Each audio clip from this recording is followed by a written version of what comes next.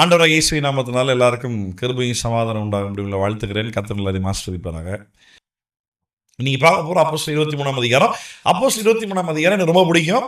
ஒரு அற்புதமான ஒரு கண்டென்ட் இதில் இருக்குது. என்ன அழகாக பவுல் வந்துட்டு ஹேண்டில் பண்ணியிருப்பார் அப்படின்றத.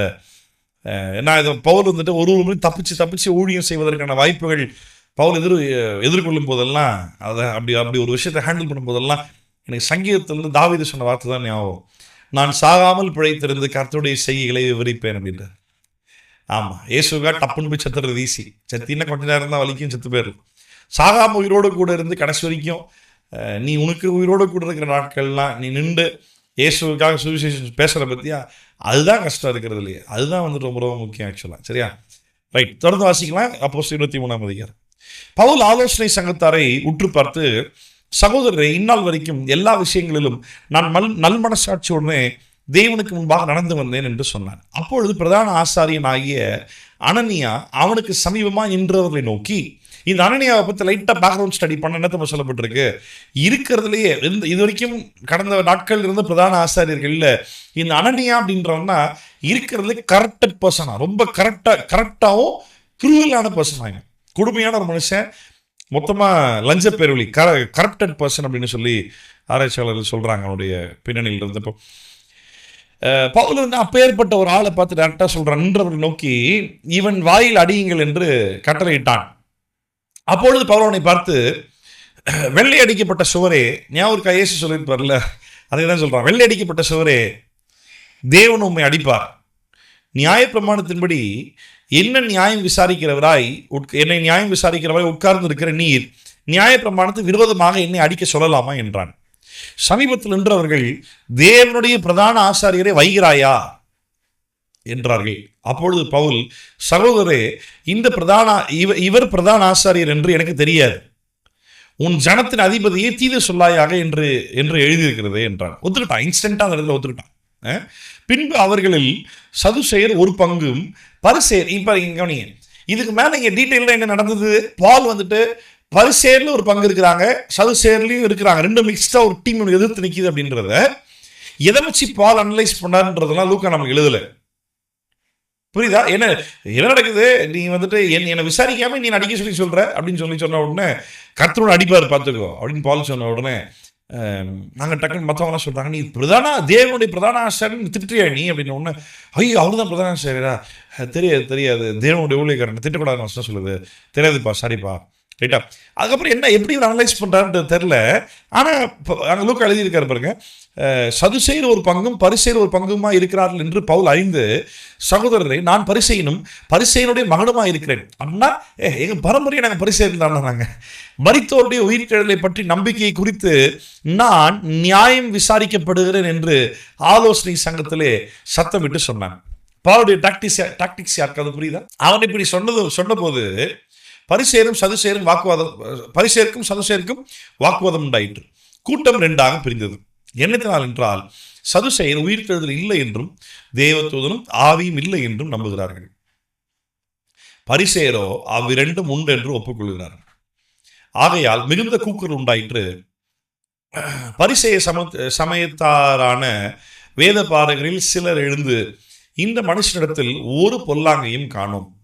ஒரு ஆவி அல்லது ஒரு தேவ தூதன் இவனுடனே பேசினது உண்டானால் நாம் தேவனுடனே போர் செய்வது தகாதது என்று வாதாடினார்கள். மிகுந்த கலகம் உண்டான போது பவுல் அவர்களால் பீருண்டு போவான் என்று சேனாதிபதி பயந்து போர் சேவகர் போய் அவனை அவர் நடுவில் இருந்து இழுத்து கோட்டைக்கு கொண்டு போகும்படி கட்டளையிட்டான். அன்று ராத்திரியிலே கர்த்தர் பவுலின் அருகே நின்று, பவுலே, திறன்கொள், நீ என்னை குறித்து எருசலேமில் சாட்சி கொடுத்தது போல ரோமாவிலும் சாட்சி கொடுக்க வேண்டும் என்றார். என்ன பார்த்தோம் இப்ப நம்ம? என்ன அழகா பவுலுடைய ஸ்ட்ராட்டஜி பாரு. நான் சாகாமல் பிழைத்திருந்து கர்த்தருடைய செய்கையை விவரிப்பேன். என்ன அழகா ஃபாலோ பண்ணார். பால் எப்படி கண்டுபிடிச்சாருன்னு தெரியல. இவன் விரோதமா இப்ப என்னாச்சு, அந்த சேனாதிபதி என்ன பண்றான் அப்படின்னா, பவுலை வந்துட்டு ஏன் அடிக்க இவங்க ட்ரை பண்றாங்க, எதுக்காக இப்படி பண்றாங்க இவங்க அப்படின்றத கண்டுபிடிக்கிறதுக்காக என்ன பண்ணிட்டா, கோட்டைக்குள்ள தூக்கிட்டு வந்தாச்சு. போன சாப்டர்ல தூக்கிட்டு வந்தாச்சு. அடுத்த நாள்ல எல்லாரையும் உள்ள அலோவ் பண்ணாம இவங்களுடைய இந்த ஆசாரியர்கள், பிரதான ஆசாரியர்கள், மூப்பர்கள் எல்லாம் பார்த்தீங்களா, அவங்க மட்டும் வரவழைச்சு, என்னதான் உங்களுக்கு இவங்க மேலே பிரச்சனை, இந்தடா நீங்களே என் கண்ணு முன்னாடி நீங்களே விசாரிக்கடா அப்படின்னு ஃப்ரெண்டில் விட்டாச்சு பவுல். அவங்க வந்துட்டு பவுல் அடிக்க பிளான் பண்ணவும், பவுல் திருப்பி நான் அடிப்பேன்னு சொல்லவும் பிரச்சனையான உடனே டக்குன்னு பவுலுக்கு தெரிய வருது இங்கே 2 டீமாக இருக்கிறாங்க அப்படின்ட்டு. பரிசேயர் ஒரு டீமு, சதுசேயர் ஒரு டீமு. டக்குன்னு பவுல் சொல்கிறாருப்பா, என்னை ஏன் கூப்பிட்டு விசாரிக்கிறாங்க தெரியுமா அவங்களுக்கு? முதல்ல நான் உயிர்த்தெழுதல் இருக்குன்னு சொன்ன ஒரே காரணத்துக்காக என்னை கூப்பிட்டு விசாரணை பண்ணுறாங்க அப்படின்னு சொன்ன உடனே அந்த டீமில் இருக்கக்கூடிய பரிசேயர்கள் ஆட்கள் எல்லாமே சேர்ந்து சதுசேயரோட வாக்குவாதம் பண்ண ஆரம்பிச்சிட்டாங்க. நீ வந்துட்டு உயிர்த்தெழுதல், ஏன்னா சதுசேயர் வந்துட்டு உயிர்த்தெழுதல் இல்லைன்மா, தேவ தூதர்களும் பெருசாக நம்புறது கிடையாது. ஒரு ஆவின்னு சொல்லும் பொழுது இங்கே நம்ம வாசிச்சோம்ல, நீங்க வருஷம் 8வது வருஷம் சதுசேயர் உயிர்த்தெழுதல் இல்லை என்றும் தேவதூதனும் ஆவியும் இல்லை என்றும் சொல்லுகிறார்கள். பரிசேயரோ அவை 2 உண்டு என்று ஒப்புக்கொள்கிறார்கள். இப்ப நல்லா நீங்க பழைய ஏற்பாட்டில் நியாயப்பிரமாணத்தை வாசிக்கும் பொழுது தேவனுடைய ஆவியானவர் பழைய ஏற்பாட்டில் தேவனுடைய பிள்ளைகள் மேல் இறங்குகிறதையும், சிம்சோன், சவுல், எப்தா, தாவீது, பாராக், அப்படி எல்லாரும் பரிசுத்த ஆவி என்றவங்க மேல் இறங்குறது, அது எல்லாமே வந்துட்டு பரிசேயர் கூட்டத்தை ஒத்துக்கிறாங்க. சதுசேயர்கள் அது தேவனுடைய ஆவியானவர்னு ஒருத்தர் இருக்கிறார் அப்படின்றதெல்லாம் பெருசா நம்புறது கிடையாது. இப்போ வந்துட்டு இயேசு கிறிஸ்து தான் அங்கிருந்து வந்த தேவகுமாரன் அப்படின்றதையும் இவங்க ஏற்றுக்கவும் கிடையாது. இப்போ இவங்க 2 பேருக்குள்ள வச்சுட்ட டிஃப்ரென்ஸ்னால இவங்க புரிஞ்சுருக்கிற அப்படின்னால பவுல் தெளிவாக சொல்லிட்டாரு, நானும் பரிசேயன் தான், எங்கள் அப்பனே பரிசேயன் தான், நான் பரிசேய சங்கத்தில் பிறந்து வளர்ந்தவன் தான் அப்படின்னு சொன்ன உடனே அவங்களுக்குள்ள ஒரு பயங்கரமான ஒரு ஆர்கியூமெண்ட் உண்டாயிருச்சு. இதை பார்த்த உடனே யாரு அவன் சேனாதிபதி பயன்ட்டான். ஐயோ இவங்ககிட்ட விட்டா விசாரிக்கிறன்ற பேரில் ஆக்சுவலி கொண்டுருவாங்க போலுக்கு அப்படின்ட்டு பா நூற்றுக்கதிபதி கூப்பிட்டு போ, அவனை தூக்கிட்டு அவனுடைய உள்ள கூப்பிட்டு போயிடு, கோட்டைகளை கூப்பிட்டு போயிடுச்சு. அன்னைக்கு ராத்திரி கவனிங்க எவ்வளோ பெரிய பிரச்சனை மத்தியில். இது நான் ஆணித்தரமாக நான் விசுவாசிக்கிறேன். எப்பெல்லாம் நம்ம பிரச்சனைகளில் பயங்கரமாக ஸ்ட்ரகிள் பண்ணுறோன்னு தெரியுதோ, தனிநபராக நிற்கிறோம், மொத்தமாக எதிர்த்து நிற்கிறாங்க அப்படின்ற அந்த ஒரு உணர்வு, அந்த ரியாலிட்டி எப்போல்லாம் வருதோ, நான் சொல்கிறேன், நீங்கள் பயப்படாதீங்க. உன் பக்கத்தில் கர்த்தர் நிற்பார், உன் பக்கத்தில் ஆண்டவர் கண்டிப்பாக நிற்பார், உன் பட்சத்தில் ஆண்டவர் நிச்சயம் நிற்பார். இங்கே பால் கிட்ட பக்கத்தில் இயேசு வந்து நின்று தெளிவாக சொல்கிறார், பவுலே திடன்கொள். இங்கே உங்கள் வீட்டில் தைரியமாக சொன்ன பற்றியா, இதே போல் நீ ரோமாபுரிலையும் சொல்லுவேடா, பயப்படாத, I am still using you, நான் இன்னொன்று பயன்படுத்திட்டு தான் இருக்கிறேன் அப்படின்ட்டார். எப்பெல்லாம் இவங்க எதிர்த்து நிற்கிறாங்களோ, இப்போ கவனிங்க, 2 விதத்தில் பிரச்சனை வந்தது சீஷர்களுக்கு. ஒன்று, ஏற்கனவே இருந்த ஊழியக்காரர்கள் சொல்லக்கூடிய நியாயப்பிரமாணத்தை போதிக்கிறவங்க கிட்ட நியாயப்பிரமாணத்தை இயேசு நிறைவேற்றி முடிச்சுட்டாரு, இப்போ நியாயப்பிரமாணத்தின் கிரியினால நீங்கள் நீதிமன்றம் ஆக முடியாது, நீங்கள் காதால் கேட்கக்கூடிய விசுவாசத்தால் மட்டும்தான் நீங்கள் நீதிமன்றம் ஆக முடியும் அப்படின்னு சொல்லி நம்ம தைரியமாக பேசணும் அப்படின்னா ஏற்கனவே இருக்கக்கூடிய ஊழியக்காரங்க நமக்கு பிரச்சனை பண்ணுவாங்க. First reason of the persecution, உபத்திரவத்தினுடைய முதல் காரணம். உபத்திரவத்தினுடைய 2வது வாய்ப்பு காரணம் என்ன தெரியுமா? புரட்சியாளர்கள் மத்தியில் போயிட்டு உங்கள் சாமி கும்பிடுங்க, உங்களை யாரும் வேணான்னா, ஆனால் ஏசு ரொம்ப நல்லது, சும்மா ட்ரை பண்ணி பாருங்களேன் அப்படிலாம் பேசாமல், உனக்கு பணம், ஆசீர்வாதம், பொருள், செல்வாக்கு, சரீர சுகம், சாக மாட்டேன், அதெல்லாம் எனக்கு தெரியாது, நீ இயேசு எடுத்துட்டா நீ பரலோகம் போவ, நீ வணங்குற தெய்வம் இல்லை, பேசிட்டு பாரு, அங்கேயும் உபத்திரம் வரும். இந்த 2 காரியத்தில் சீஷர்கள் ரொம்ப தெளிவாக இருந்தபடினால சீஷர்களுக்கு பயங்கரமான உபத்திரம் வந்தது. இன்னைக்கு உபத்திரவம் இல்லாமல் எப்படி ஊழியம் செய்யலாம், பிரச்சனை இல்லாமல் எப்படி ஊழியம் செய்யலாம், அதாவது நம்ம பிரச்சனை பண்ணணுன்றதுக்காக ஊழியம் செய்யலை. ஊழியம்னு சொன்னா, சுவிசேஷம்னு சொன்னா, சத்தியம்னு சொன்னா இப்படி தான் சொல்லணும், நீ இதை தான் சொல்லணும். நான் பலமுறை சொல்லியிருக்கேன், அவர் விசுவாசிக்கிறவன் பரலோகம் போவான்னு மட்டும் சொல்லி முடிச்சா அது சுவிசேஷம் கிடையாது. அவர் விசுவாசிக்காதவன் பாதாளம் போவான்னு நீ சொல்லி முடிச்சாதான் அது சுவிசேஷம்.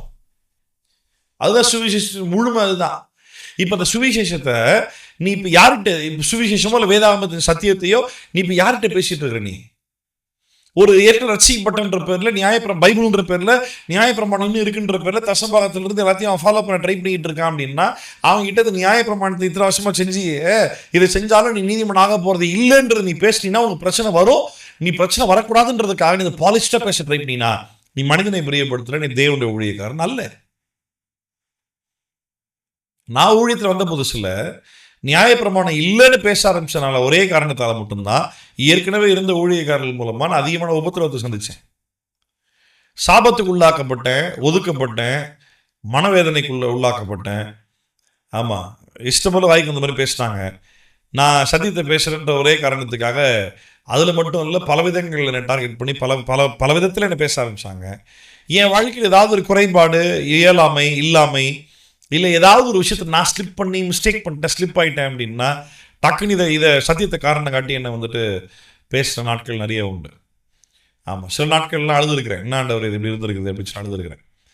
ஆனால் எப்பெல்லாம் நான் வந்து கண்ணீரோடு நின்றனோ அப்போல்லாம் ஆண்டவர் என் பக்கத்தில் நின்று, நான் அதை பற்றி ஏற்கனவே ஒரு சாட்சியோடு கொடுத்துருக்கேன். ஞாபகம் இருக்கா? பிலிப்பியர் 3 வாசிக்கும் போது அந்த நாய்க்கு எச்சரிக்கையாருன்னு சொல்லி ஆண்டவர் என்ன பேசினார். பவுல் பக்கத்தில் நின்று பேசின மாதிரி என் பக்கத்தில் நின்று பேசின மாதிரி இருந்துச்சு எனக்கு. ஆமாம், மனுஷனை பிரியப்படுத்துறது இல்லை. பயந்து இருந்துன்னா வைராக்கியமாக நின்றா மட்டும்தான் ஆண்டருக்கா நிற்க முடியும்.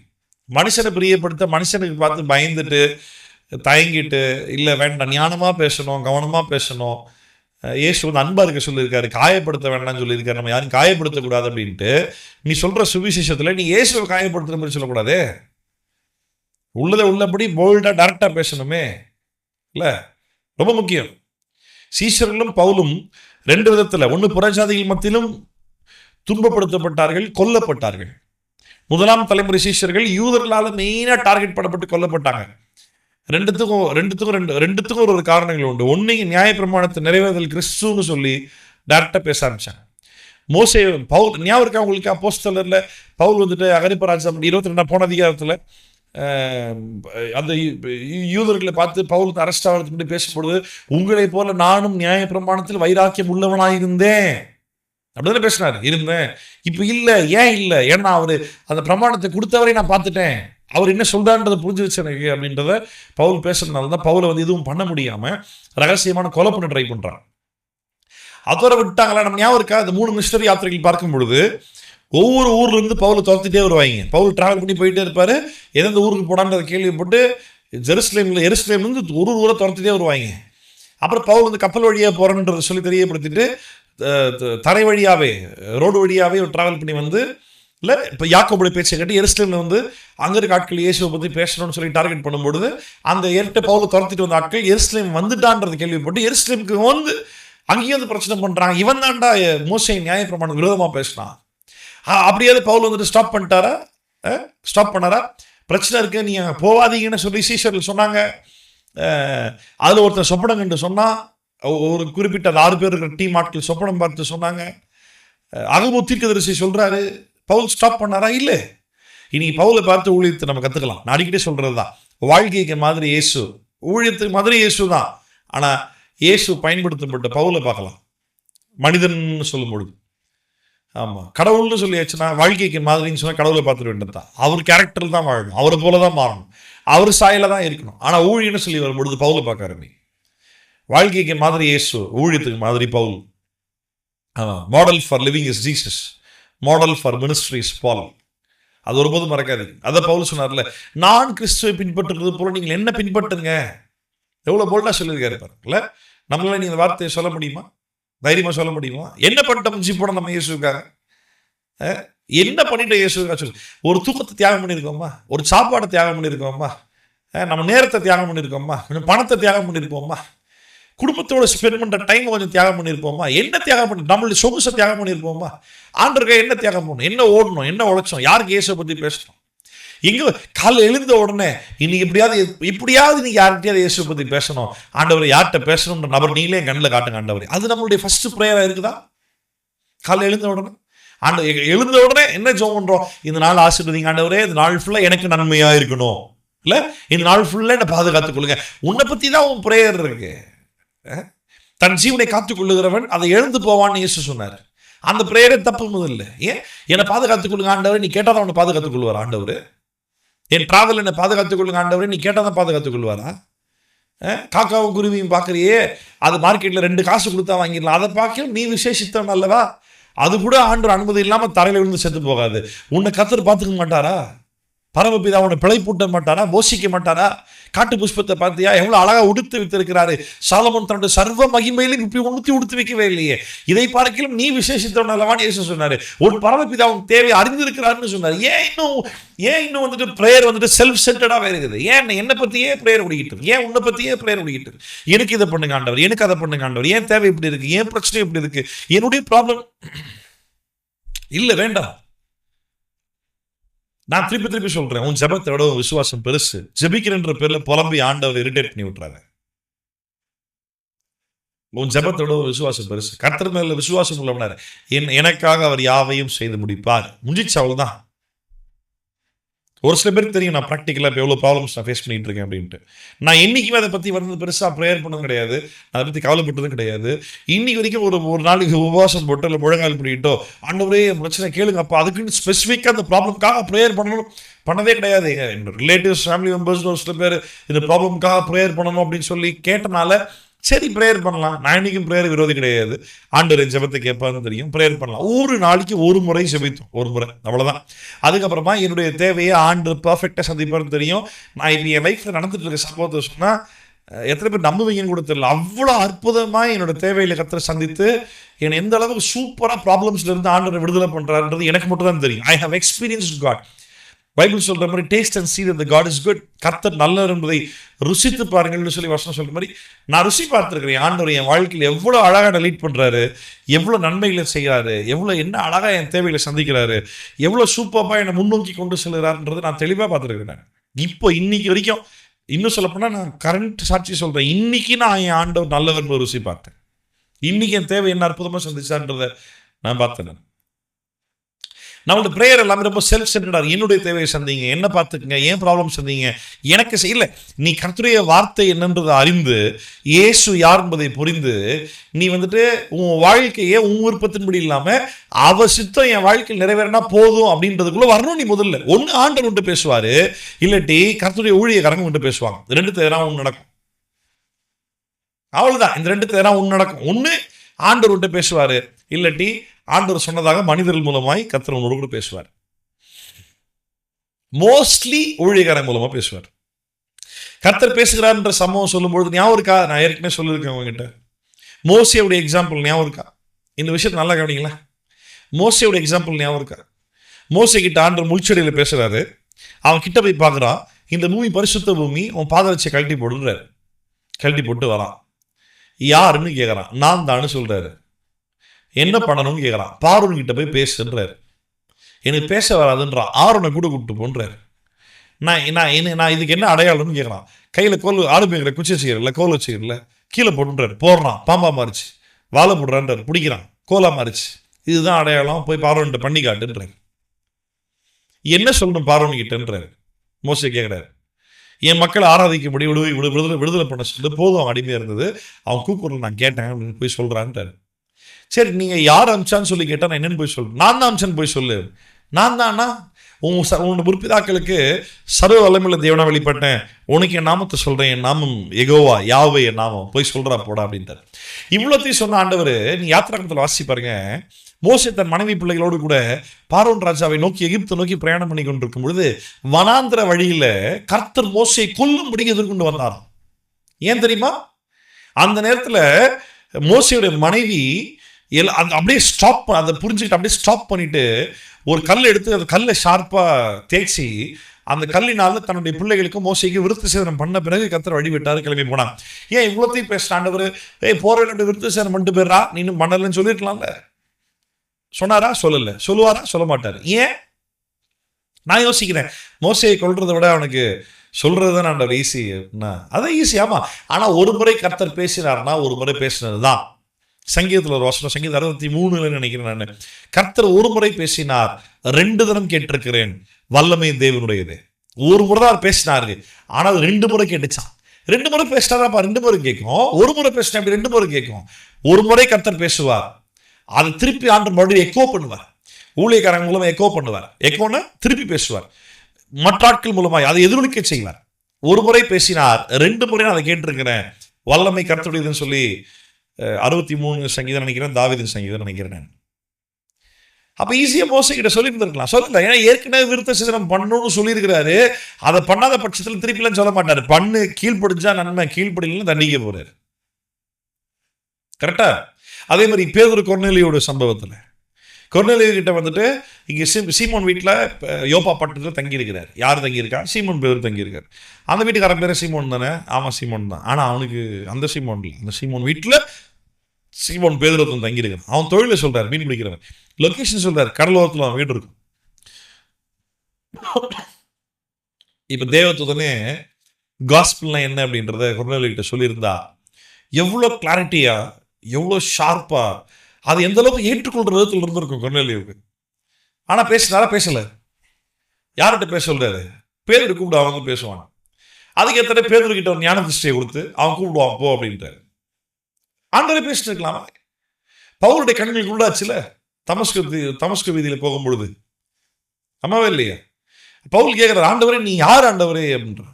துன்பப்படுத்துற இயேசு நான் தான்டா, முள்ளுல உதைக்கிறது ஒன்று தான்டா கடினமா இருக்கும், நான் என்ன ஆண்டவரே செய்யணும்? அவ்வளோ பேசினார்ல, சொல்லியிருக்கலாம்ல. அவர் பேசல. எழுந்து போ, அனனியா வருவான், அவன் வந்து உனக்கு சொல்லுவான், நீ செய்ய வேண்டிய காரியத்தை அனனியா உனக்கு சொல்லுவான் அப்படின்றாரு. அப்போ கர்த்தர் பேசுறாருன்னு சொல்லும் பொழுது ஆண்டவர் டைரக்டா பேசுவார், ஒரு முறை பேசுவார். அவர் திருப்பி பேசல விரும்பாங்க. அவர் ஒரு முறை பேசிய காரியத்தை தான் நம்ம இன்னைக்கு பைபிள்ன்ற பேர்ல திருப்பி திருப்பி திருப்பி திருப்பி வாசிச்சுட்டு இருக்கிறோம்.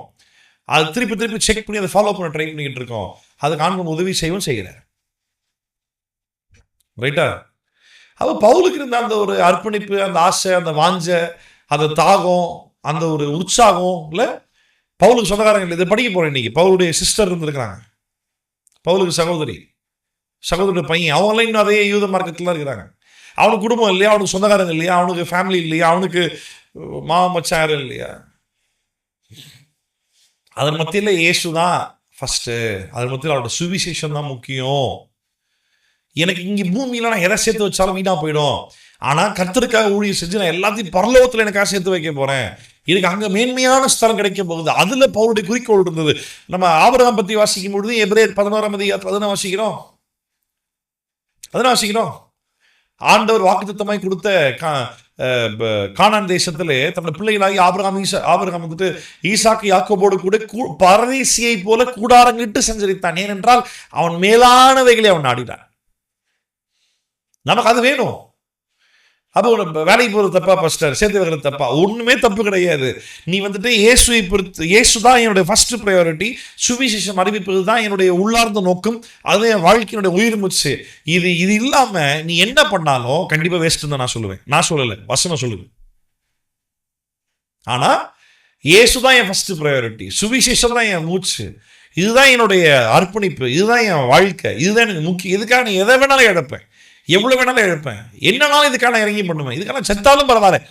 அப்படி ஒரு ப்ரையாரிட்டைஸ் பண்ணி அப்படி வாழ்ற ஒரு வாழ்க்கையில வேலைக்கும் போய் எவ்வளவுனா சேர்த்து வை, ஒரு தப்பும் கிடையாது. செய்ய வேண்டிய வேலையை செய்யாம செய்ய தேவையில்லாத காரியங்கள் அதிகமான கவனத்தை செலுத்தும் பொழுது அது தப்பு தான், பாவம் தான் அது. ஆனா செய்ய வேண்டிய காரியத்தில் கவனம் கொடுத்து செஞ்ச பிறகு அதுக்கப்புறம் நீ என்ன பண்ணாலும் அதுல மற்ற காரியங்கள் எதுவும் பாவமா ஆக போறது இல்லை. என்ன அழகா பவுல் இங்க சொன்னார், நானும் பரிசேயன் தான் அப்படின்னு ஒன்று. அவங்களும் பெரிய ஆர்கியூமெண்ட் வந்து அதனால பெரிய பிரச்சனையாகி பவுல் முன்னாடி கோட்டைக்குள்ள கொண்டு போயிட்ட பிறகு அதில் வந்து தெளிவாக சொல்றாங்க. 9ஆம் வசனம் பாருங்க. ஆகையால் மிகுந்த கூக்குரல் உண்டாயிற்று, பயங்கர சத்தமாயிடுச்சு. பரிசேய சமயத்தாரான வேத பாரகரில் சிலர் எழுந்து, இந்த மனுஷனிடத்தில் ஒரு பொருளாங்கையும் காணும், இவங்கிட்ட எந்த பிரச்சனையுமே இல்லை. நான் சொன்ன பார்த்தீங்களா, போன சண்டே சர்வீஸ் சொன்ன நினைக்கிறேன். ஆமா, எப்பெல்லாம் வந்துட்டு எனக்கு எதிர்த்து ஆட்கள் வராங்களோ, எனக்கு எதிர்த்து வரக்கூடிய ஆட்கள்லயே ஒரு ஆள் ஆண்டவர் எனக்காக வச்சிருப்பார். போன வாரம் கூட ஒரு சாட்சி சொன்னேன், இந்த கார் ஆக்சிடென்ட் ஆனதை பத்தி சொன்னேன், அவருக்கா எனக்கு அகைன்ஸ்டா வரக்கூடிய ஆட்கள் மத்தியிலேயே ஆண்டவர் எனக்காக ஒரு ஆள் எழுப்பி வைப்பார். இங்க பவுலுக்கு அகைன்ஸ்டா வந்து பரிசேயர்கள் சதுசேயர்கள், இப்ப வந்து அகைன்ஸ்டா வந்த பரிசேயர்கள் இப்ப பவுலுக்கு சப்போர்ட் பண்ணி பேசல. ஆச்சு ஏப்பா இந்த மனுஷங்கிட்ட எந்த பொருளாங்கன்னு இல்லையே பண்ற அளவுக்கு அவன் வாயில வார்த்தை வர அளவுக்கு கர்த்தர் செஞ்சாரு. நீ கர்த்தருக்காக நின்றினா உனக்காக கர்த்தர் நிற்பார், அதுதான் உண்மை, சிம்பிள் ஃபேக்ட். நீ ஆண்டவருக்காக நின்றினா உனக்காக ஆண்டவர் நிற்பார், அவ்வளவுதான். அப்ப சொல்றாங்க, ஒரு ஆவி அல்லது ஒரு தேவ தூதன் இவனோட பேசினது உண்டானால் நாம் தேவனுடனே போர் செய்வது தகாதது என்று வாதாடினார்கள். ஒருவேளை இவன் சொல்ற மாதிரி ஆண்டவர் தான் அவன்கிட்ட பேசினாருன்னா, தேவதூதனோ இல்லை ஆவியோ அவன் சொல்ற ஏதோ ஒன்று பேசின உண்மை அப்படின்னா நம்ம ஆண்டுகிட்ட போராட முடியாதுப்பா அப்படின்ட்டு பவுலை எதிர்த்து வந்த ஆட்களிலே பவுலுக்காக ஆண்டு வந்துட்டு ஒரு டீமை கட்டளையிட்டார். ஆமென். அப்புறம் பவுலை கூட்டு போய் உள்ள மறுபடியும் அரெஸ்ட் பண்ணிட்டாங்க. இப்போ இங்கே அரெஸ்ட் ஆன டைமில் வந்துட்டு என்ன அது பார்க்கலாம், தொடர்ந்து வாசிக்கலாம். 12ல இருந்து விடியற் காலமான பொழுது யூதரில் சிலர் ஒருமித்து தாங்கள் பவுலை கொலை செய்யும் அளவு புசிப்பதும் குடிப்பதும் இல்லை என்று சபதம் பண்ணி கொண்டார்கள். திருப்பி கவனிங்க, பவுலை கொலை செய்கிற வரைக்கும் பச்சை தண்ணியை வாயில வைக்க மாட்டேன்டா அப்படின்னு பொருத்தனை பண்றீங்க, சபதம் பண்றீங்க. அந்த அளவுக்கு என்ன பண்ணாரு அப்படின்னா, யூதர்கள் கிட்ட இந்த நியாயம் மோசேயோட பிரமாணம் இல்லைன்றத பேசிட்டார். அதை இயேசு ஃபுல்ஃபில் பண்ணிட்டாருன்னு பேசிட்டார். உன் அத்தாரிட்டிலாம் இல்லை, we are all brothers in Christ அப்படின்னு பேசினார். அவருடைய சிலுவை மரணம் மேன்மையானதுன்னு பேசினார். அதனால பவுலுடைய வாழ்க்கையில் வந்த பிரச்சனை இல்லை ரைட்டா. தொடர்ந்தாசிக்கலாமா? என்னாச்சு அப்புறம் உங்களுக்கு? சபதம் பண்ணிட்டாங்க. இப்படி கட்டுப்பாடு பண்ணி கொண்டவர்கள் 40 பேருக்கும் அதிகமாக இருந்தார்கள்ப்பா. ஒரு மனுஷனை கொள்றது 40 பேர் மேலேயா? பவுல் வந்துட்டு பிசிக்கலா பார்த்தா பெரிய பராக்கிரமசாலி ஒன்றும் இல்லையே. ஒருத்தவன் தான் எனக்கு தெரிஞ்ச வரைக்கும் பவுலுடைய காரியங்களை பற்றி ஆராய்ச்சி பண்ணி படிச்சதில்ல. பவுல் வந்துட்டு ஒத்தைக்கு ஒருத்த ரெண்டா கூட பவுல் வந்துட்டு பிசிக்கலா அடிச்சு ஜெயிக்க மாட்டார். அவருக்கு சரீர பலவீனங்கள் இருந்தது, அவரே சொல்றாரு. இல்லை ஆராய்ச்சியாளர் இன்னும் நிறைய விஷயங்கள் சொல்றாங்க. ஆக்சுவலா இவனை கொள்றது இதுக்கு 40 பேரு. அவர்கள் பிரதான ஆசாரியர்களிடத்திலும் மூப்பரிடத்திலும் போய் நாங்கள் பவுலை கொலை செய்யும் அளவும் ஒன்றும் புசிப்பதில்லை என்று உறுதியான சபதம் பண்ணி கொண்டோம். ஆனபடினால் நீங்கள் ஆலோசனை சங்கத்தாரோட கூட போய் அவனுடைய காரியத்தை அதிக திட்டமாய் விசாரிக்க மனதுள்ளவர்கள் போல சேனாதிபதிக்கு காண்பித்து அவர் நாளைக்கு அவனை உங்களிடத்தில் கூட்டிக் கொண்டு வரும்படி அவனிடத்தில் கேட்பீர்களாக. அவன் கிட்ட வருகிறதற்குள்ளே நாங்கள் அவனை கொலை செய்ய ஆயத்தமாக இருப்போம் என்றார்கள். இந்த சற்பனையை பவுலினுடைய சகோதரியின் குமாரன் கேள்விப்பட்டு கோட்டைக்குள்ளே போய் பவுலுக்கு அறிவித்தான். அப்பொழுது பவுல் 100 அதிபதிகளில் ஒருவனை அழைத்து இந்த வாலிபனை சேனாதிபதி இடத்திற்கு கூட்டிக் கொண்டு போம், அவரிடத்தில் இவன் அறிவிக்க வேண்டிய ஒரு காரியம் உண்டு என்றார். இப்ப அரெஸ்ட் பண்ணப்பட்ட பவுல் அங்க வந்துட்டு அதிகாரியை கூப்பிட்டு இவனை வந்துட்டு சேனாதிபதியை கூப்பிட்டு பாப்பா அப்படின்னு 100 அதிபதியை கூப்பிட்டு சொல்ற அளவுக்கு சொன்னா கேட்பான்றதுக்கு என்ன பாசிபிலிட்டி, என்ன வாய்ப்பு இருக்கீங்க அப்படின்னு பார்த்தா ரொம்ப சிம்பிள். அவனுடைய வாய்ப்பை பவுல் பயன்படுத்திட்டான். பரிசேயன், நான் ரோமன் அப்படின்றத தெளிவா பதிவு பண்ணிட்டான். யூதர்கள் மத்தியில் பரிசேயன்றதை பதிவு பண்ணிட்டான். இங்கே அதிகாரிகள் மத்தியில் நானும் ரோமன் தான், ரோம குடியுரிமை உள்ளவன். ஞாபகம் இருக்கா? போன சாப்டர்ல அவன் சொல்லுவான்லேப்பா, நீ ரோமன் ஏன்பா முதலே சொல்ல, ரொம்ப செலவு பண்ணி இந்த சீட்டு வாங்கி இந்த பதவியில் வந்துக்கிறப்பா நான் அப்படின்பா. அதுக்கு பவுல் சொல்லுவாரு, நீ செலவு பண்ணி வந்துக்கிற, நான் அந்த அதிகாரத்துக்காக நான் பிறந்து வளர்ந்த வேண்டாம் நான் அப்படின்பாரு. ஞாபகம் இருக்கா? 22ஆம் அதிகாரம் கடைசியில. ஆமா. அப்ப என்ன அப்படின்னா, அதனால இங்க பவுல் கூப்பிட்டு சொல்றாரு, இதை வந்துட்டு சேனாதிபதிட்ட ஒரு காரியம் சொல்ல வேண்டிய காரியம் இருக்கு, கூப்பிட்டு போ அப்படின்றாரு. இப்ப என்ன சொல்ல வரேன் தெரியுமா? நானு உனக்கு தேவன் தந்திருக்கக்கூடிய, உனக்கு தேவன் கொடுக்கக்கூடிய வாய்ப்புகளை ரைட் டைம்ல நீ யூஸ் பண்ண மிஸ் பண்ணிட்டீங்கன்னா அந்த வாய்ப்பு திருப்பி வராது. இப்போ ஒருவேளை பால் வந்துட்டு பப்ளிக்ல எல்லாரும் மத்தியுமே வந்துட்டு நான் கிறிஸ்துவாக நான் தாழ்மையா இருப்பேன், அடிக்கப்பட்ட ஆட்டுக்குட்டியை போல இயேசு கொண்டு போனது போல நானும் அடி வாங்கிக்கிறேன் அப்படின்னு இருந்திருந்தாருன்னா, இப்ப தனிப்பட்ட விதத்துல கொலை பண்ண போறாங்கன்ற செய்தி கேள்விப்பட்ட பிறகு இப்ப அங்க இருக்கிற ஒருத்தர் கூப்பிட்டு, பா நான் எனக்கு ரோம குடியுரிமை இருக்குதுப்பா, இது வந்துக்கிறாம இருப்பா, எனக்கு கூப்பிட்டு சேனாதிபதி போப்பா, நான் போயிருப்பானா? அவன் கேட்டுருப்பானா? பவுல் மண்டலே போட்டே உட்கார்றா, ரோமன் சிட்டிசனா, வாயை பத்தி அதுக்கு. ஆனா இப்போ சேனாதிபதி இருக்கும்பொழுது எல்லாரும் மத்தியிலுமே பப்ளிக்கா ஆமா நான் வந்து ரோமன் தான் கன்ஃபஸ் பண்ணதை சேனாதிபதி ஒத்துக்கிட்டான். அந்த ஒரு மொமெண்ட்டை பால் மிஸ் பண்ணியிருந்தாருன்னா எனக்கு தெரிஞ்சு பால் இங்க செத்துருப்பார். நல்லா கவனி, இந்த பூமியில வாழ்ற வாழ்க்கை ரொம்ப குரூஷியல், ரொம்ப கிரிட்டிக்கல். அதுவும் நீ இயேசுக்காக வாழும்பொழுது இயேசு வந்துட்டு என் நாம நிமித்தமாய் நீங்கள் எல்லாரும் பகைக்கப்படுவீர்கள்னு சொல்லியிருக்காரு. நான் அந்த அப்போஸ்தலரை பத்தி நான் அவங்களோட ஸ்டார்டிங்ல பேசும்போது சொன்னேன், ராஜாக்கள் நாட்கள்ல வாழ்ந்த உபத்திரவங்கள் வேற மாதிரி இருந்தது. இப்ப அரசாங்கத்தின் நாட்கள்ல வாழ்ற நம்மளுக்கு இருக்கக்கூடிய உபத்திரவங்கள் அந்த அளவு இருக்க போறது இல்லை. இங்க அவ்வளவு ஈஸியா நம்மள யாரும் கொல்ல முடியாது, நான் ஸ்டார்டிங்லேயே சொன்னேன்.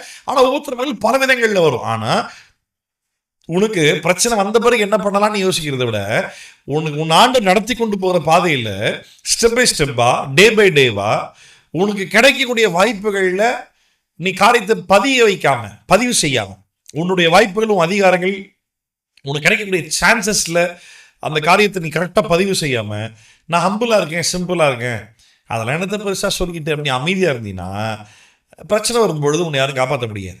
அது எல்லாமே ஆண்டவன் ஏற்படுத்தி தர வாய்ப்புகள் தான்.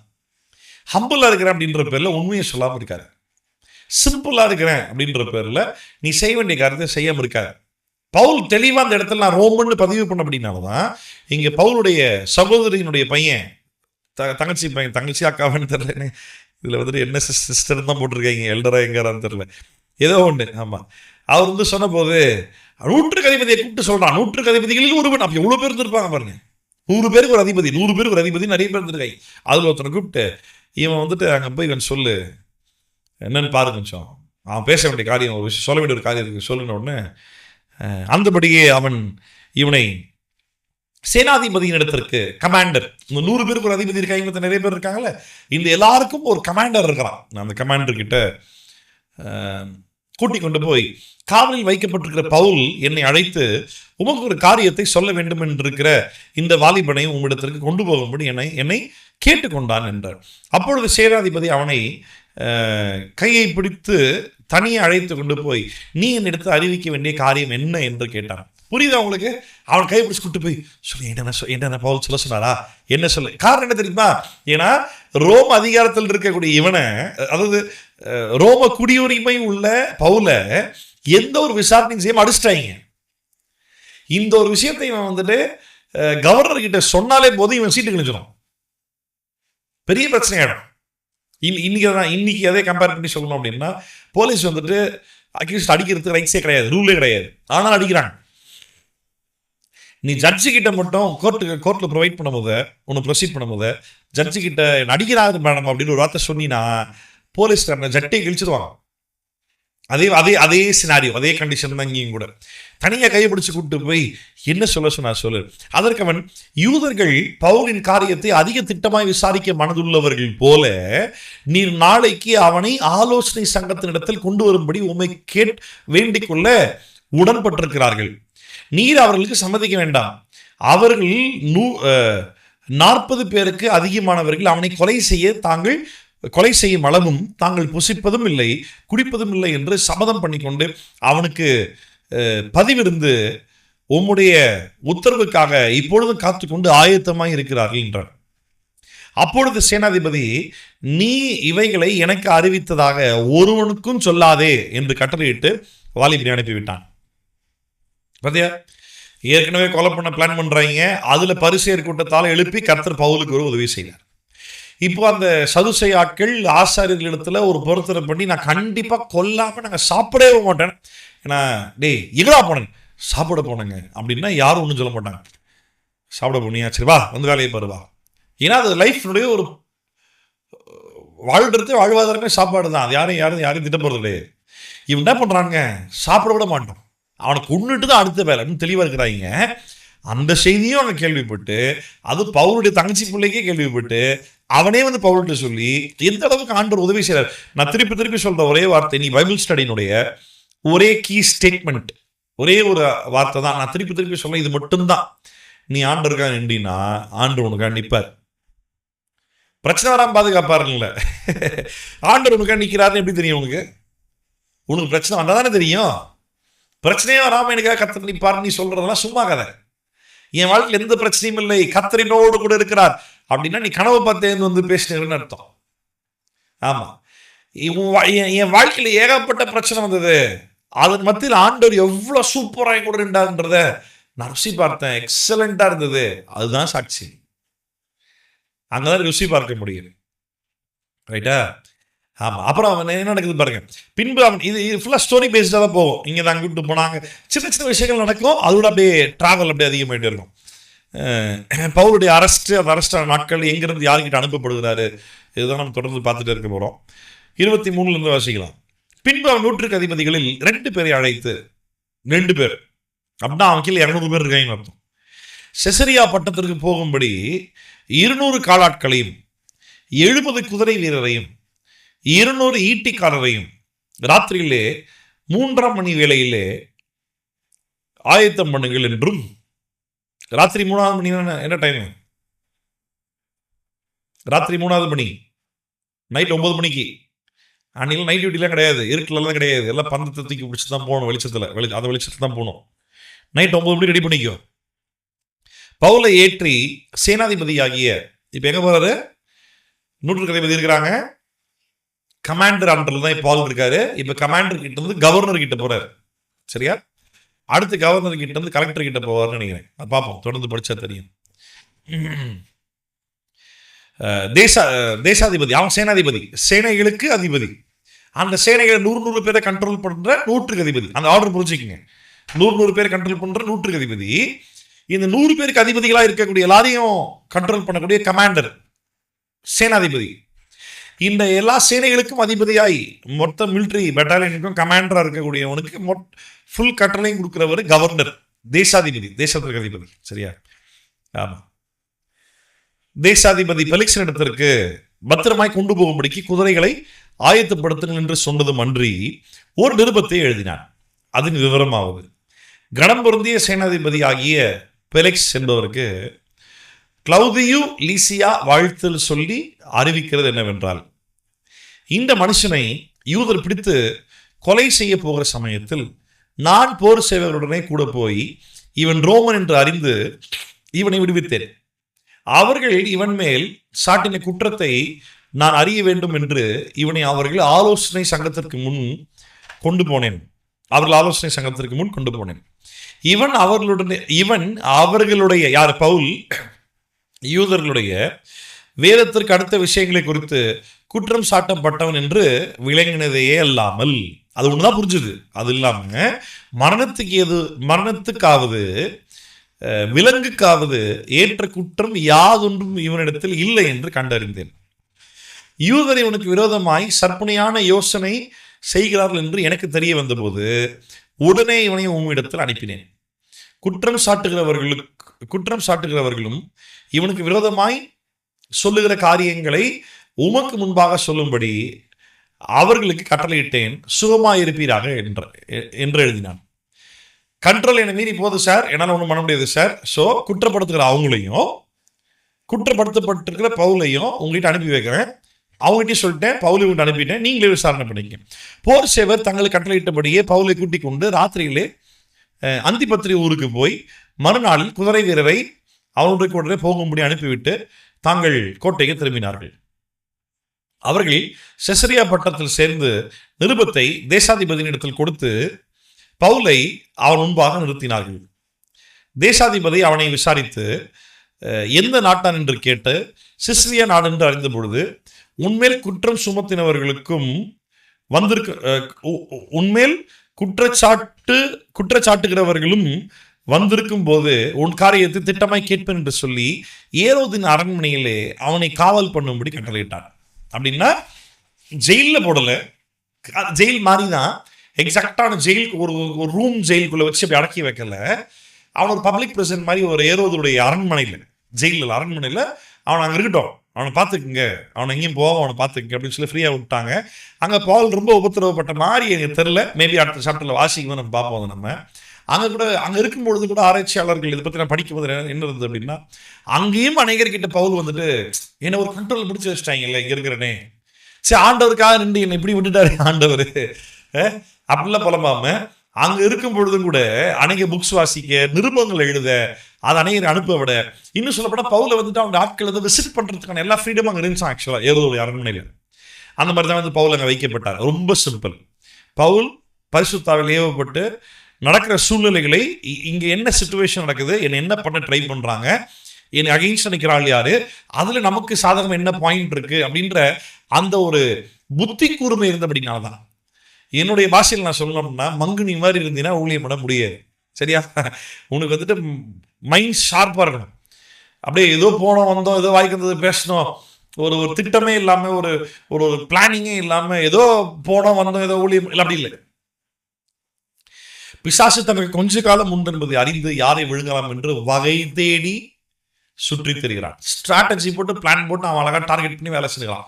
கர்த்தருடைய பிள்ளைகளாகி நாம அவனுடைய ராஜ்யத்தை அழித்து தேவராஜ்யத்தை ஸ்தாபிப்பதற்கு தேவன் நம்மை பயன்படுத்துகிற அப்படின்னால, நமக்கு தேவன் பரிசுத்தாவையும் தந்திருக்கிற அப்படின்னால, எந்த சூழ்நிலையில எந்த இடத்துல யாருக்கிட்ட என்ன பேசுறோம், எந்த இடத்துல எதிர்த்து நிற்கிறோம், எந்த இடத்துல அடி வாங்கிட்டு சைலண்டா இருக்கிறோம், அந்த புத்தி கூர்மை வேணும்.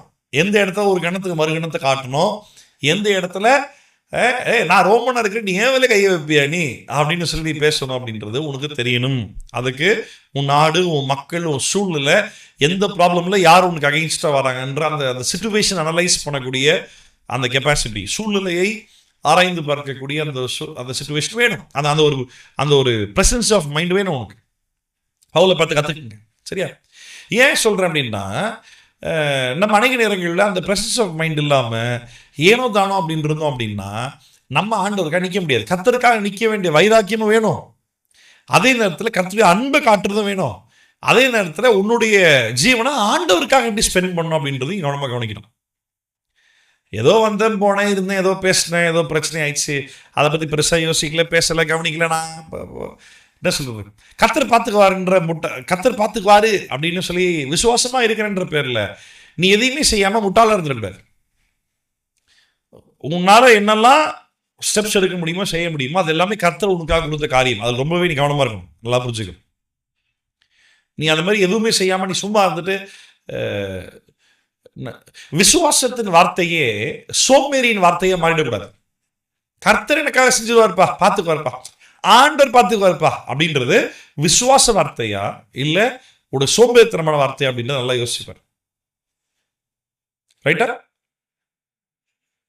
திருப்பி சொல்றேன், ஆண்டர் பார்த்துக்குவாருங்க போங்கன்றது அது உன்னுடைய சோம்பேறித்தனத்தினால் வரக்கூடிய வார்த்தையா இல்லாட்டி உண்மையாகவே உன்னுடைய விசுவாசத்தின் வார்த்தையா?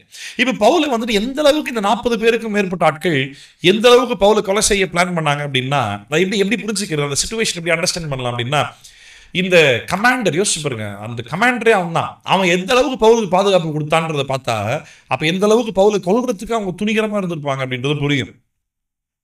இப்போ இங்கே பவுல் வந்துட்டு இந்த கமாண்டர் வந்துட்டு சேனாதிபதி வந்துட்டு என்ன பண்றான், எத்தனை பேர் அவனுக்கு அனுப்பி வைக்கிறான்?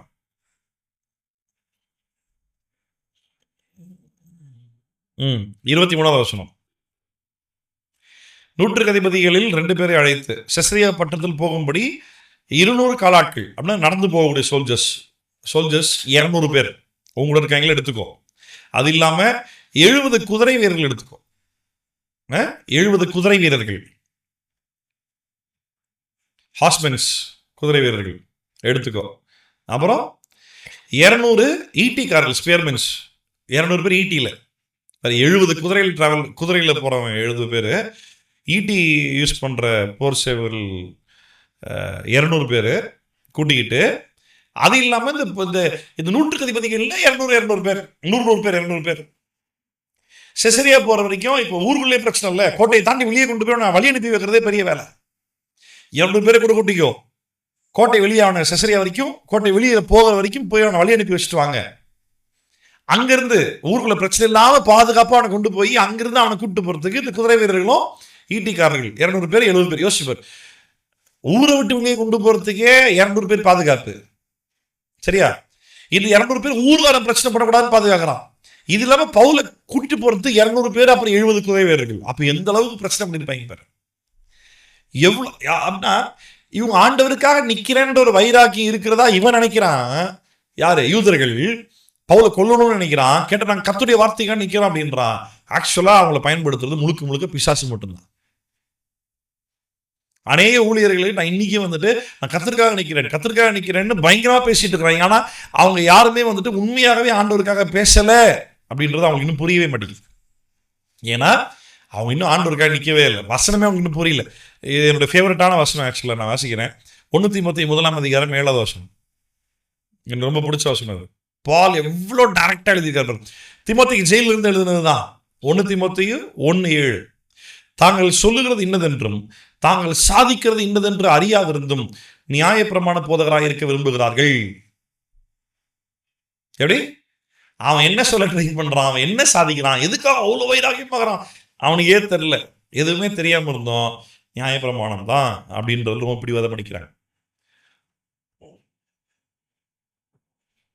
அப்போ பவுலுடைய சம்பவங்களை பாருங்க. பவுலுடைய வாழ்க்கையில் நம்ம கற்றுக்கொள்ற காரியம் இதுதான். இன்னைக்கு அவனுக்கு எவ்வளவு பிரச்சனை வந்தாலும் அந்த பிரச்சனையின் மத்தியிலையும் கூட பிரச்சனை பண்ற நபர்களுக்கு எப்படி இயேசுவை பத்தி சொல்லலாம், அதுதான் டார்கெட். எனக்கு பிரச்சனை இப்போ ஜெயபிரதாவும் பென்னி இருக்கிறாங்க. இவன் பென்னி அகைன்ஸ்டா பிரச்சனை பண்றான். எப்படி பென்னி அவாய்ட் பண்ணி ஜெயபிரதா எப்படியாவது காஸ்டியூம் சொல்லிடணும் அப்படின்னா புரியுது. இப்ப பிரச்சனை தெரியுமா, பிரச்சனை பண்ற பென்னிக்கு தான் இப்ப காஸ்டியூம் சொல்லணும். இப்ப இவன் அவாய்ட் பண்ணவா இல்லை இவனுக்கு சொல்லவா? அதுதான் இங்க பவுலுடைய சேலஞ்ச். அதை அவர் தெளிவாக பயன்படுத்தினார். அதுக்கு ஆவியான உதவி செஞ்சார். அந்த புத்தி கூர்மை இருக்கணும், அந்த சிச்சுவேஷன் அனலைஸ் பண்ண தெரியணும், கிடைக்கிற வாய்ப்புகள் ஆண்டவருக்கா தெளிவாக பயன்படுத்தணும். இதெல்லாம் பவுலுடைய இந்த இந்த சரித்திரத்தை ஃபுல்லாக வாசிக்கும் போது தான் பவுல் எழுதுற அந்த வசனத்துக்கு மீனிங் புரியுது. நீ நீ எதை செய்தாலும், எழுந்தாலும் நின்றாலும் நடந்தாலும் படுத்த, நீ எதை செஞ்சாலும் அதை தேவனோட நாம மகிமைக்காகவே செய்யுன்னு சொல்லுவார். பார்த்தீங்களா, இங்கே தான் புரியுது. உன்னை அரெஸ்ட் பண்ணாலும் தேவநாம மகிமைப்படுதான்னு பாரு, நீ ஜெயிலுக்கு போனாலும் அங்கே தேவநாம மகிமைப்படுதான்னு பாரு, நீ செத்தாலும் சாகும்போது தேவநாம மகிமைப்படுதான்னு பாரு, உனக்கு எதிர்த்து பிரச்சனை பண்ண வரான் பத்தியா, அவன் மத்தியிலையும் கூட தேவநாம மகிமைப்படுதான்னு பாரு. இவனுடைய டார்கெட் எல்லாமே to glorify God by preaching gospel. நம்ம கிறிஸ்தவர்கள் இன்னைக்கு ஆண்டவர் மகிமைப்படுத்தி ரொம்ப தெளிவாக கையை தூக்கிட்டு ஹல்லேலூயா ஆண்டவர் நம்ம மகிமைப்படுத்தினாலாமா, ஹல்லேலூயா. ஆமாதான், இல்லைன்னு சொல்ல கிடையாது. ஆனா அது இல்லை, அது இல்லை. பப்ளிக்ல ஆண்டவர் முன்பாக, பப்ளிக்ல மனிதர்கள் முன்பாக தேவநாமத்தை மகிமைப்படுத்துவது.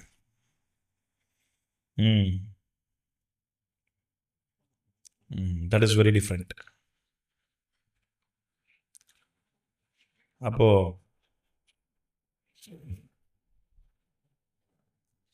ஆண்டவருடைய காரியத்தில், சுவிசேஷ காரியத்தில் நீ எந்த அளவுக்கு வைராக்கியமாக இருக்கிறீங்களோ அந்த அளவுக்கு ஆண்டவர் உங்கள் வைராக்கியம் பாராட்டுவார். சரியா? எந்த அளவிற்கு நீங்கள் கிறிஸ்துவுக்காக வைராக்கியம் உள்ளவர்களாக இருக்கிறீர்களோ அந்த அளவிற்கு ஆண்டவரும் உங்கள் மேல் வைராக்கியம் பாராட்டுவார். எத்தனை பேர் புரியுது நான் சொல்றது? ஆமென். நம்ம தொடர்ந்து அடுத்த சாப்டர் நெக்ஸ்ட் வீக் பார்ப்போம். நம்ம ஒப்பு கொடுப்போம் ஆண்டவர்கிட்ட. What is a priority? Maybe இனிமே எவ்ரி வீக் இப்படிதான் போகணும்னு நினைக்கிறேன். கிறிஸ்துவுக்காக, ஆண்டவருக்காக தான் பாஸ்ட் எல்லாமே அப்படின்ட்டு சொல்றது ஈஸி. ஆண்டவருக்காக தான் அப்படின்னு சொல்லி நீங்க என்ன பண்ணிருக்கீங்க? வாய்ப்புகள் இருக்கும்போது நீங்க என்ன பண்றீங்கன்றது கேள்வி இல்லை. நல்லதுதான், வாய்ப்புகள் இருக்கும்போது ஆண்டவருக்காக சரி, நல்லது. வாய்ப்புகள் இல்லாத தருணங்களிலும் கூட என்ன உபத்திரவப்படுத்துறாங்க, அதை மத்தியில் நான் காஸ்பிள் சொன்னேன், நல்லதுதான். இப்ப உபத்திரவப்படுத்துறவனுக்கே நீ எப்படி காஸ்பிள் சொல்லுவேன்? வருமா? சொல்ல முடியுமா? இயேசு சொன்ன மாதிரி பிதாவை அவர் செய்கிறது என்னதென்று அறியாமல் செய்கிறார்கள். அதே வார்த்தையை ஸ்டேவான் சொல்றார், ஞாபகம் இருக்கா? சேம் வேர்ட் ஸ்டீஃபன் சொல்றாரு, பிதாவில் செய்கிறது என்னதென்று அறியாமல் செய்கிறார், இவர்களுக்கு மன்னியும். அதே வார்த்தை நம்மளை பகைக்கிறவர்களுக்கு இயேசு பத்தி பேச முடியுமா? நம்ம நிந்திக்கிறவர்களுக்கு சுவிசேஷம் சொல்ல முடியுமா? நம்மளை எதிர்த்து வருகிறவர்களுக்கு நம்ம இயேசு அறிவிக்க முடியுமா? அதுதான் இம்பார்ட்டன்ட். அங்கதான் வந்துட்டு நீங்க சுவிசேஷத்தை கிறிஸ்துவின் சாயலின் அடிப்படையில் அறிவிக்கிறீங்களா?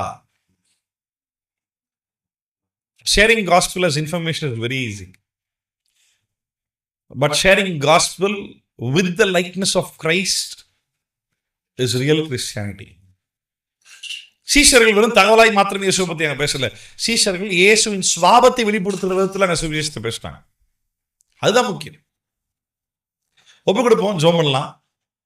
ஒண்ணு மட்டும் மறந்துடாத, நீ ஆண்டவருக்காக நின்றீனா கர்த்தர் உனக்காக நிற்பார். டவுட்டே இல்லை. நீ யோசிக்காத, அதை பத்தி நீ எதையுமே யோசிக்க. நீ ஆண்டவருக்காக நின்றீனா கர்த்தர் உனக்காக நிற்பார். பவுலுடைய வாழ்க்கையில எவன் இவனுக்கு அகைன்ஸ்டா பிரச்சனைக்கு வந்தானோ அவனே அதுலயே ஒரு டீம் வந்துட்டு பவுலுக்காக வாதாடி பேசும் அளவுக்கு அங்க பிரச்சனை உண்டாச்சு.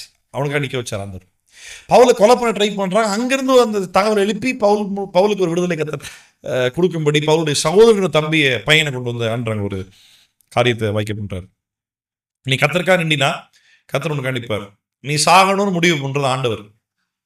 உன் பூமியில ஆயுஷ் நாட்கள் முடியணும்னு முடிவு பண்றது ஆண்டவர். கல்லெறிஞ்சு கொண்டாலும் கூட, அடிபட்டு கூட பவுலுக்கு மரணம் வரல. செத்துட்டான் நினைச்சு தூக்கி ஊரை விட்டு வெளியே போயிட்டு வராங்க. ஆனா திருப்பி எழுந்து அதே ஊருக்குள்ள வந்து மறுபடியும் பவுல் இயேசு பத்தி பிரசங்கம் ஆரம்பிக்கிறார். ஞாபகம் இருக்கா? நம்ம படிச்சோம் நம்ம அப்போஸ்தலர்ல. ஆமா, சொல்லப்போனா சுவிசேஷத்தை முழு வைராகியத்தோடு யார் பேசுறாங்களோ அவன் தான் சாகாமை அழியாமை பத்தி பேசணும். உன்னால எனக்கு கொல்ல முடியாதா, நீ என் உடம்புல கத்தியா இருக்கனாலும் கத்தியை பிடிங்கி போட்டு திருப்பி நான் இயேசு பத்தி பேசுவேன்டா. என் உயிரை பிரிக்க வைக்கிறது ஆண்டவர் தான். எனக்கு போதும், நீ வந்துடுறா, நீ எனக்காக என் நிமித்தமாக நீ எவ்வளவாய் பாடுபட வேண்டும் என்பதை நான் காண்பிப்பேன் பவுல்கிட்ட சொல்றாருல்ல. போதுண்டா, நான் இது தாண்டா உன்னை வச்சு நான் செய்யணும்னு நினைச்சேன், போதுண்டா, நீ இவ்வளோ கஷ்டப்பட்டது போதுண்டா, வந்துடுறா அப்படின்னு அவராக கூப்பிட்டாதான் நீ போக முடியுமே தவிர எந்த மனிதனாலோ வியாதினாலோ பிசாசினாலோ மனிதனோட தந்திரம் சூழ்நிலை ஆபத்து இதனால உனக்கு மரணம் வருவதற்கு வாய்ப்பே இல்லை. உன் மரணத்தை கர்த்தர் தீர்மானிப்பார். அதுவும் மரணம் அல்ல, அது ஜீவன். மரணத்தின் வாயிலாக கிறிஸ்துவோடு வாழக்கூடிய ஜீவன். யோவானை சரித்திர ஆராய்ச்சியாளர்கள் சொல்றாங்க, யோவானை பலமுறை கொலை செய்ய முயற்சி செய்து யோவானுக்கு மரணம் வரலன்றனால ஒரு மனுஷன் இதுக்கு மேலே புறா உபத்திரப்படுத்துறது, பொத்திக்கு அவனை என்ன தூக்கி போவான், கண்களா தூக்கிட்டு போவான் அவனை முதல்ல அப்படின்னு பத்மூத்திகளை கொண்டு போய் போட்டாங்க. ரைட்டா, எண்ணெய் சட்டியில் போட்டு அவனை பொறிச்சாங்க. யோவான் நாடகம் இல்லை, சீசனாகி யோவான். அப்போதான் அவனுக்கு மரணம் வரல அப்படின்னு சொல்லி, இதுக்கு மேலே இவனை சாகடிக்க நான் ட்ரை பண்ணா என்னை இருக்கிற கொடூரமான ராஜாவாக்கிட்டு வைங்க, பேர் அப்படி வந்துடும், போதும் அவனை அவனை அவனை அவனை கண்காணாத இடத்துல தூக்கி போட்டுருங்க அவனை அப்படின்ட்டு 17 நாடு கடத்தப்பட்டான். இந்த விசுவாசம் உங்களுக்குள்ள வேணும். எனக்காக கர்த்தர் எல்லாத்தையும் செய்வாரு. எதுல? என் பிள்ளைக்கு ஃபீஸ் கட்டணும், கர்த்தர் செய்வாரு. என் உடம்பு முடியல, கர்த்தர் செய்வார். அது இல்லை, என்னுடைய ஜீவன் என்னை விட்டு பிரியாதபடிக்கு என்னை கர்த்தர் செய்வார். நான் இருக்கா நிற்பேன். உயிரோடு கூட வாழ்கிற நாட்கள் எல்லாம் நன்மை கிருபை என்னை தொடரும். நான் கர்த்தருடைய வீட்டிலே நீடித்த நாட்களை நினைத்து நிலைத்திருப்பேன். ஆமாம், ஆண்டுடைய ராஜ்யத்தில் நிற்பேன், ஆண்டை பற்றி நான் பேசுவேன். இப்போ அப்படி ஒரு ஆசீர்வாதத்தை பூமியில் சுதந்திரிக்கணும். ஆண்டர் வச்சிருக்கிற நாளில் பூமியுள்ள இருந்து நீ போய் ஆண்டரோடு கூட பரலோகத்தில் நிரந்தரமாக இருக்கணும் அப்படின்னா உன்னுடைய எண்ணம், நோக்கம், சிந்தனை, உன்னுடைய உயிர் மூச்சு எல்லாமே சுவிசேஷம் சுவிசேஷம் சுவிசேஷம், இயேசு சொல்லணும், பேசணும், செய்யணும், இப்படியே இருக்கணும். ஜெபம் பண்ணலாமா? நல்ல பிதாவே, நாங்கள் நன்றியோடு துதிக்கிறோம். அது ஆஸ்வதிக்கப்பட்ட இந்த மாலை வேளைக்காய் உமக்கு நன்றி. ஆண்டவரே, நாங்கள் இன்னைக்கு பவுலுடைய வாழ்க்கையை பற்றி நாங்கள் நன்றி அப்பா. இந்த அப்போஸ்தலர் புஸ்தகத்திற்காக நாங்கள் லூக்காக்காக நன்றி சொல்கிறோம், தெயோப்பிலுவிற்காக நன்றி சொல்கிறோம்.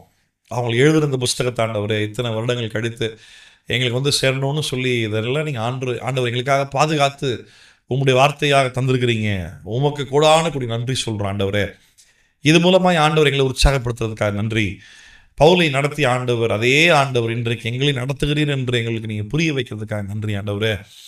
கர்த்தாவே, நாங்கள் இதே போல் பவுலோடு கூட மாத்திரமல்ல, எங்களோடு கூட இதே போல் கர்த்தாவே நீங்கள் இருப்பீங்க அப்படின்றது கர்த்தாவே நாங்கள் விசுவாசிக்கிறோம்ப்பா. இதே போல் ஆண்டவரை நீங்கள் எங்களை நடத்துவீங்கன்னு சொல்லி நாங்கள் விசுவாசிக்கிறோம் ஆண்டவரே. உம்முடைய கிருபை என்றென்றும் உள்ளது, உங்களுடைய தயவு தலைமுறை தோறும் உள்ளது ஆண்டவரே.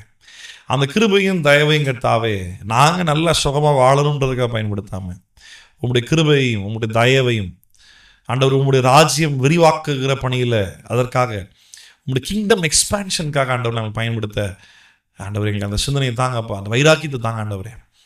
வைராக்கியம் உள்ளவனை கர்த்தர் தமக்கென்று தெரிந்து கொள்கிறார் என்று வேதத்தில் வாசிக்கிறது போல ஆண்டவர் வைராக்கியம் உள்ள ஒரு மனிதனாய் கர்த்தர்களை மாற்றுகிறார். அந்த ஒரு பவுலை போல ஞானமாய் ஆண்டவரே ஒரு வெறித்தனமாக இயேசுவை பற்றி பேசணும். அகபு தீர்க்கதரிசி சொல்லியும் கூட அங்கே மற்ற கூடியிருந்த மற்ற சிஷ்யர்கள் பரிசுத்தாவில் ஏவப்பட்டு பவுலுக்கு சொல்லியும் கூட, நான் கிறிஸ்துவுக்கென்று மரிக்க ஆயத்தமாக இருக்கிறேன், கட்டுக்களும் காவல் இருந்தாலும் பரவாயில்ல, கட்டுக்கள் மத்தியில் நான் இயேசுவை பற்றி பேசுவேன், காவல்லையும் போய் நான் இயேசுவை பற்றி பேசுவேன். ஜெயிலில் இருந்து தீமோத்தேயுக்கு லெட்டருக்காக நன்றி ஆண்டவரே. சிறையில் இருந்தாலும் சபை நல்லா நடக்கணும்னு அந்த ஒரு ஆர்வத்தை பவுலுக்குள்ள இருந்தது போல ஆண்டவரே, எங்களுடைய எண்ணெல்லாம் சபையாக இருக்கணும். எங்களுடைய எண்ணெல்லாம் சர்ச், ஊழியம், ஆத்துமா, விசுவாசிகள், தேவராஜ்யம், உங்களுடைய வருகை, சுவிசேஷம் அறிவிக்கப்படணும், ரட்சிக்கப்படாத மக்கள் ரட்சிக்கப்படணும். இதை சம்மந்தப்படுத்தி எங்களுடைய எண்ணங்கள் இருக்கணும் ஆண்டவரே. உலக கவலைகள், உலக ஆசைகள், உலக தேவைகள், உலக சூழ்நிலைகள், சிக்கல்கள் இதெல்லாம் எங்களை அமிழ்த்து விடாதபடிக்கு ஆண்டவரே நீர் எங்களை தொடர்ந்து உமக்குள்ளாக நடத்தும் நாங்கள் சுபிக்கிறோம்ப்பா. பெரிய காரியங்கள் செய்யுங்க ஆண்டவரே. எங்களோடு ஆண்டவர் நீங்கள் இன்றைக்கி பேசின வார்த்தைகளுக்காக நன்றி. உன்னோட வார்த்தைக்கு நாங்கள் கீழ்ப்படிந்து இது ஏதோ சும்மா ஒரு பைபிள் ஸ்டடி, இனி பைபிள் ஸ்டடி முடிஞ்சிருச்சு அப்படின்னு இல்லாமல் ஆண்டவர் நாங்கள் உமக்காக இந்த வார்த்தை எங்கள் இருதயத்தில் வைத்துக்கொண்டு உமக்காக நாங்கள் செயல்பட கற்று கிருபை செய்யுங்கப்பா. பெரிய காரியங்கள் செய்யுங்க ஆண்டவர். எங்களை தாழ்த்துக்கிறோம், நாமத்தை உயர்த்துக்கிறோம். உங்களுடைய சித்தம், உங்களுடைய திட்டம், உங்களுடைய அனாதி தீர்மானம் மாத்திரம் எங்கள் மேல் நிறைவேறும்படி நாங்கள் சுபிக்கிறோம். உங்கள் நாமம் அதில் மகிமைப்படட்டும். இயேசுவின் நாமல் சுபிக்கிறோம் நல்ல பிதாவே, ஆமேன். ஆத்துமாவே கர்த்தரை ஸ்தோத்திரி, என் முழுமே என்னோட பரிசுத்த நாமத்தை ஸ்தோத்திரி. என் ஆத்துமாவே கர்த்தரை ஸ்தோத்திரி. கர்த்தர் செய்த சகல உபகாரங்களையும் மறவாதே. அவன் அக்கிரமங்களை எல்லாம் மன்னித்து, நோய்களை எல்லாம் குணமாக்கி, பிராணனை அழிவுக்கு விலக்கி மீட்டு, கிருபையினாலும் இரக்கத்தினாலும் முடிசூட்டி, நன்மையினால் வாயை திருப்தி ஆக்குகிறார். கழுகுக்கு சமானமாய் உன் வயது திரும்ப வாழ வயது போலாகிறது. ஆமீன் ஆமீன். ஆஸ்வதிப்பட்டுள்ளோம்.